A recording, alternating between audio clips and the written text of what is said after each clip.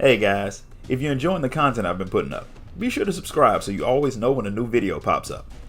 Now that we got that part out of the way, let's get into the video. Final Fantasy XIV is a massive game with thousands of hours of content. What I'm going to do here is break down some of the major plot points for those of you who want to know more about Eorzea, but may not have time to experience it all firsthand. This time we're doing a recap of the MSQ of Shadowbringers. After the main campaign against Garlemald had shifted in Alamigo's favor, allowing them to gain their freedom and get brought into the Eorzean alliance, plans get made to infiltrate Garlemald itself and reveal the truth of how the Ascians built up the nation and have been using it to their own ends. But before these plans can be finalized, the Scions all get hit by a strange mental attack, and the Warrior of Light hears a voice warning that what they intend to do will lead to disaster if history isn't changed, and the only person who can stop it is you. All of the Scions hear a voice that no one else can, but when it fades, Thancred collapses. His vital signs are stable and no one knows what happened to him, but they can't wake him up. The other Scions felt like something was pulling on their mind, but the Warrior of Light felt like she was being taken somewhere else entirely. Connie Senna thinks your soul was being pulled out of your body and called to another place. If her guess is right, that's why Thancred can't wake up, because his soul was taken out of him entirely. The reason he dropped first was likely because of the changes brought to his body when he was possessed by La Habrea, and whenever who or what it is tried to summon you all, his body and soul split. Whatever it is that's trying to summon you is extremely powerful, and Connie Senna thinks that they'll definitely try again.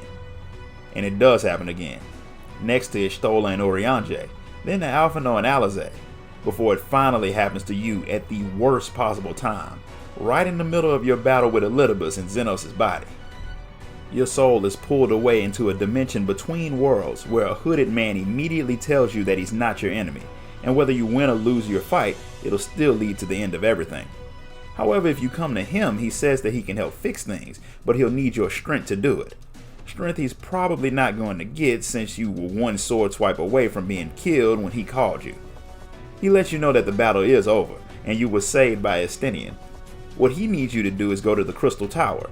He left an item there that you need to find so he can use it to fully guide you to him on the first.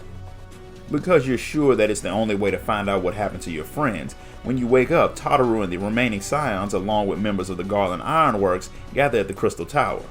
With so many people searching, it doesn't take long for you to find a strange object with the Garland Ironworks symbol on it, something that Wedge assumes to be a fake since he's never seen the thing before. Fake or not, it does seem to be just the object the hooded man left for you, because when you touch it, the voice in your head calls out that he's got you and begins to drag you to him. You're pulled out of your world and into the first, the world where the warriors of darkness who had tried to kill you came from. You wake in a brightly lit forest with a serious headache where you run into a peddler by a campfire who asks you why you're out at this time of night. A strange question considering how it's his brightest day, but apparently the sun never sets on the first. There hasn't been a single night in 100 years.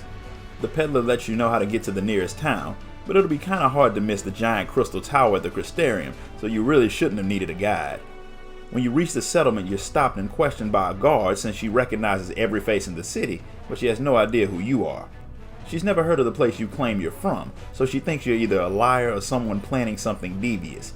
Either way, she refuses to let you in the city, but her attention is drawn away when a strange white-winged creature attacks. She deals with it, and when it breaks apart, it leaves behind a ring that you saw in the peddler's hand. Apparently, the thing had seen him first and ate him. Poor guy. The robed man who summoned you shows up after having heard the commotion, a man who they call the Crystal Exarch. He tells the guard that you're his guest, so he takes you into the city and offers to answer any of your questions once you're both somewhere private. When he summoned you, he had tried to bring you straight to him, but he missed by a few miles, which is why you landed in the middle of the woods. He confirms that you are indeed on the first, and since most people don't know anything about other worlds and such, they'll all think you're crazy if you run around telling them where you came from. Since he's the leader of the people at the Crystarium, he had decided to get help from you and the Scions to fix the first, a world that has nearly been devoured by light ether. 100 years ago, a flood of light swallowed 90% of the entire world. Even though some people weren't consumed, that didn't make them safe since the light turned the people and animals trapped inside of it into creatures like the one who ate the peddler. They called them Sin Eaters. Those creatures are the reason the Exarch summoned you and the others. He wanted to save the first from them. He's well aware of the fact that you have work to do on the source, but he believes that saving the first will save the source as well. He wants to finish the conversation after you learned a bit more about the situation, so he sends you to meet a few other important people around the Crystarium, and if they ask where you're from, just say the same place as the Exarch, since people tend to avoid trying to learn more about their mysterious leader. You meet a few interesting people like Morin at the Cabinet of Curiosity, who tells you about the history of the First, which is a little different than you might expect. 100 years ago, a group of evildoers called the Warriors of Light killed the Shadowkeeper who served the darkness. That act caused Light Ether to run rampant across the world in a calamity known as the Flood of Light. It left the planet a barren wasteland until the Oracle of Light appeared and stopped the flood, leaving Novrant untouched by the wave of destruction. While people celebrated, out of the destroyed land, now called the Empty, came the Sin Eaters, and where they went, the night sky vanished as they hunted for survivors of the flood. You also learn the history of the Crystarium, and the city was founded after the Crystal Exarch summoned the Crystal Tower out of thin air and allowed refugees from the flood and Sin Eater attacks to use it for shelter. Since the magic kept the Eaters away, it was a good place to be, and eventually the city was built around the tower. The city's been there for decades, but the Exarch hasn't aged a day. After your tour is over, you meet up with the Exarch, who tells you that the Crystal Tower is in fact the one from your world that he teleported there. He summoned it as practice so he could see if he could move things across worlds, which seems a little bit backwards since you'd think he would start with something small like an apple or a lalafell, but to each his own. He doesn't know what time period he pulled the tower from, but it was what got everything started. You follow him into the tower to his study so you can talk without people eavesdropping. He doesn't want them to worry about the danger that they're in. Firstly, he lets you know that all of your friends are on the First and they are alive. However, time flows a little differently on the First, so what was an hour for you on the Source could have been a year on the First, or the same thing could be in reverse. There's no way to predict when the changes will come, but from what the Exarch can tell, the two worlds should be moving at the same time for now, so you don't have to worry about going home and finding out that all of your friends died of old age, or your house got demoed because you didn't go in it before the deadline. That being said, Thancred has been on the First for 5 years, Urianger and Estola have been there for 3, and the twins have been there for 1. Ironically enough, the Exarch had only been trying to summon you, but he grabbed your friends by mistake, which is why only their souls were brought over. They may look and move like they have their bodies, but they don't, which means that unlike you, they can't go back and forth between the two worlds. The Scions are trapped on the First. When they first got there, the Exarch had spent a lot of time trying to figure out how to send them back, but after Urianger told them about a vision he had when he came through the rift, they stopped. He had seen a future where the First and the Source merged, causing the 8th Umbral Calamity, killing millions, including the Scions and you. After that, the Scions all set out to find a way to stop the calamity, and they figured out that getting rid of the Sin Eaters will save both worlds. But you should find them first so you can hear all of this from them, because the Exarch did kidnap you, so trusting him is a little bit difficult.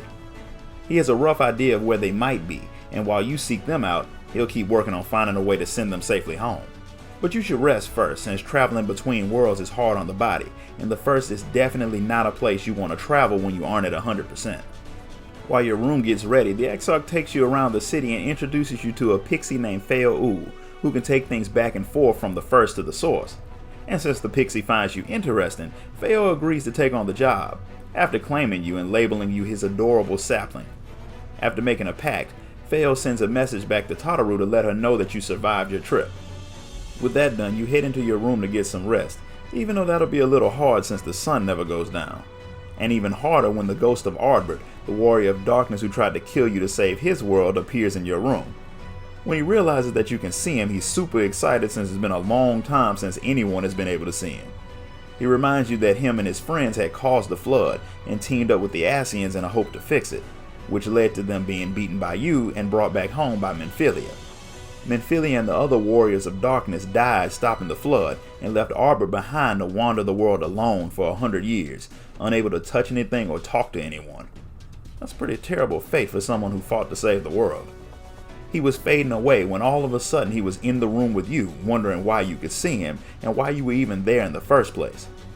When you tell him you were summoned to save the First, he thinks it's a waste of time. The world is beyond saving, but since you're there and you can see him, maybe following you around can help him figure out why he was left behind while the others faded away. Maybe then he could bring an end to his tortured existence. But he warns you that the First has claimed many heroes, and if you aren't careful, you'll likely be next. When he leaves, the Warrior of Light finally gets some sleep to prepare for the very, very long and difficult journey ahead. And that's where we're going to stop for today. If you enjoyed this video, give it a thumbs up and make sure you subscribe so you don't miss out on the next part of the story.